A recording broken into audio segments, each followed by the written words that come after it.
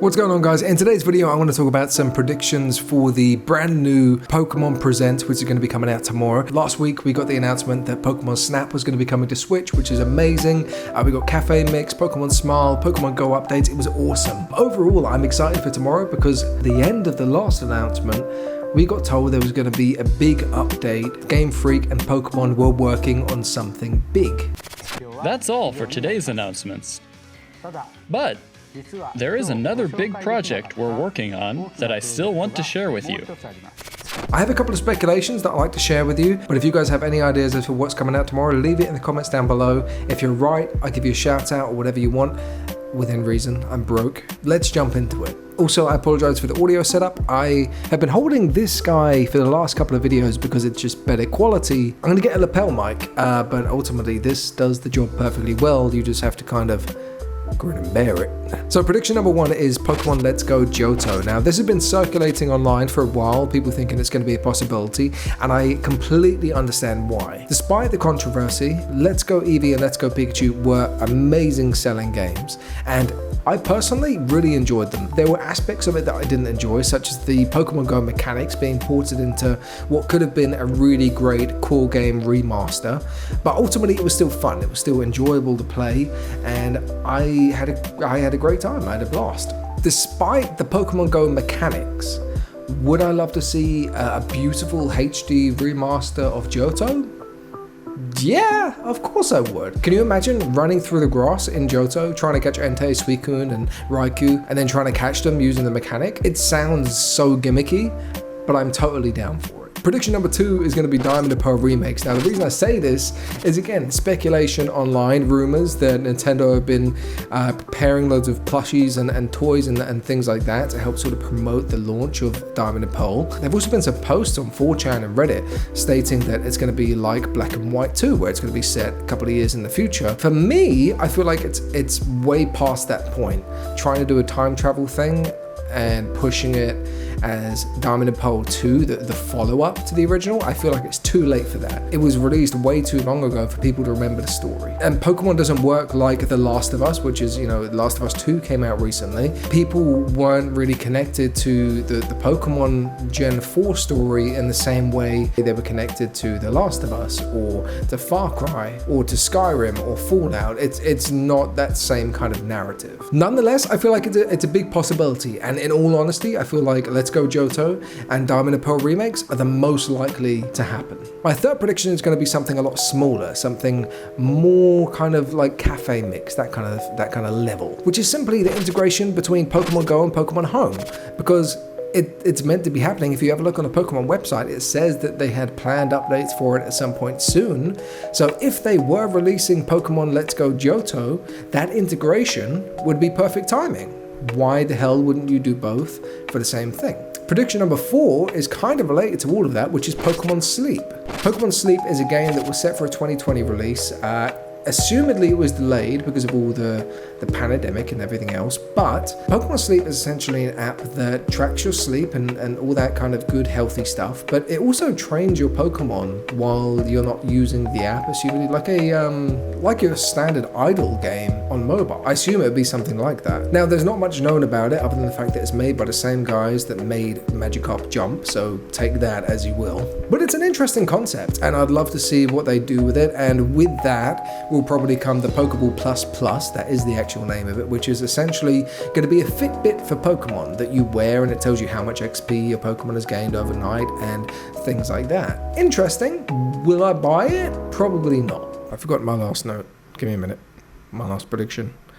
What was it? Oh yeah. And of course you've got prediction number 5, which is kind of obvious to me. It's the next announcement for the DLC, giving you more of a look into the Crown Tundra, because we've had a week to play Isle of Armor, and I've got my own opinions on it. That's going to be coming out soon. It's not long before the second comes out, and they've got to start pushing it. They've got to start using the marketing. For those of you who don't want spoilers, tune out now. We already know that there are going to be the return of the Reggies, but there are also going to be the reintroduction of the legendary birds, Moltres, Articuno, and Zapdos, which is going to be fun because they've got new forms, new type sets, new move sets, which is going to be great. And if you actually go onto the Cerebi website, some data miners had a look through, found all the Pokemon that were going to be included on the Crown Tundra, and there are an immense amount of Gen 3 Pokemon, an immense amount of legendaries and mythicals. So I feel like the Crown Tundra, even though the gameplay kind of looks similar to what we've seen in the Isle of Armor in terms of like the big open landscapes and things like that, I feel like it's going to be a lot more combat and sort of finding all the legendaries, collecting them all. Similar to what it was like in Sun and Moon, when you finish the game, you had to go around in all the wormholes and collecting all the Ultra Beasts and stuff like that. That's kind of what I imagine DLC number 2 is going to be like. So that's it in terms of all the most likely predictions, which I feel like Let's Go and Johto are most likely going to happen, but I don't think they're going to happen at the same time. There's no way they're going to rehash 2 previous regions because it looks like it's kind of a bit of a money grab. But one of those is happening.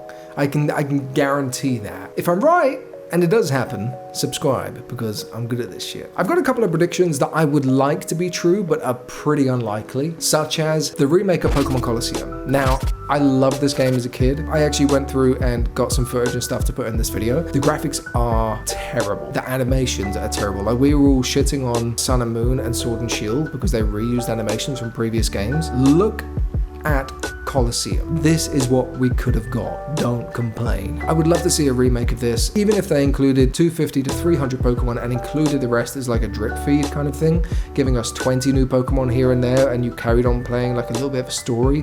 New Pokemon showed up at random events and whatnot, or you could win them in the Colosseum.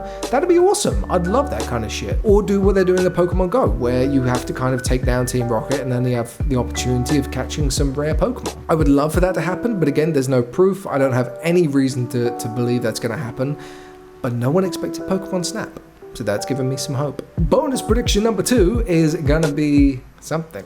It's gonna be something. What is it? I got it. It's gonna be the big core game that everybody's been wanting for ages. And I'm talking about the big open world, the Breath of the Wild Pokemon edition, one with every single Pokemon ever made. Now, this didn't happen on Sword and Shield because they said they had to remake all the assets, remake all the Pokemon models, the animations, the whatever.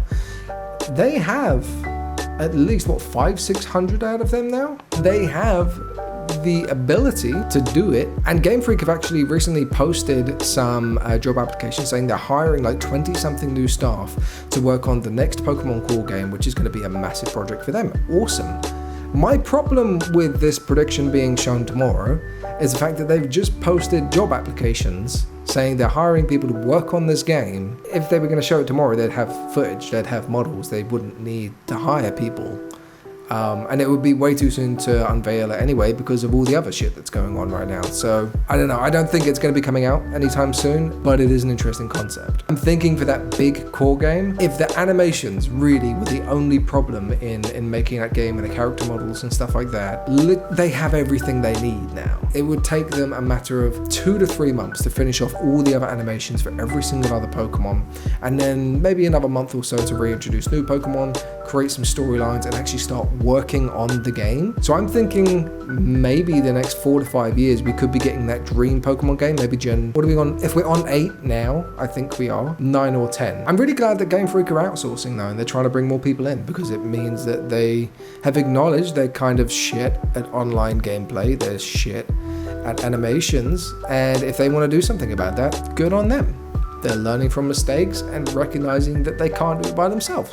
Good on you. My only other bonus prediction is they rehash some of the old Game Boy and DS games, which I don't think is going to happen because they've just done that with Mystery Dungeons, so they've got no reason to do it whatsoever with any other games. Alright, I love your faces. Thank you so much for watching the video. I'm sorry it's so dark. I'm sorry the audio's a little bit scratchy. I promised myself I was going to shoot a video and get it out before the Pokémon Presents.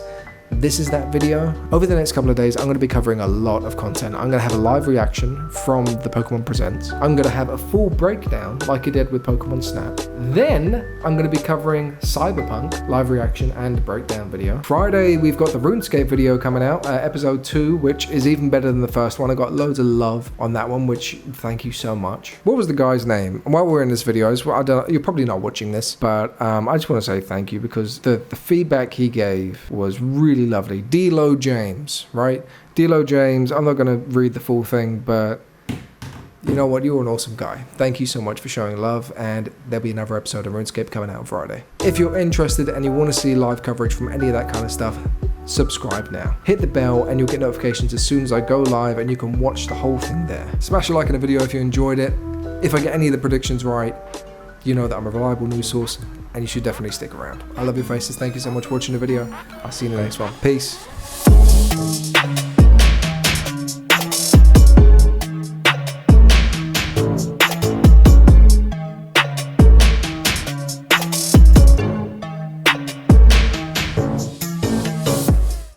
I'm making the most amateur YouTuber mistake, and I'm looking into the screen rather than at you. I apologize for that. My bad.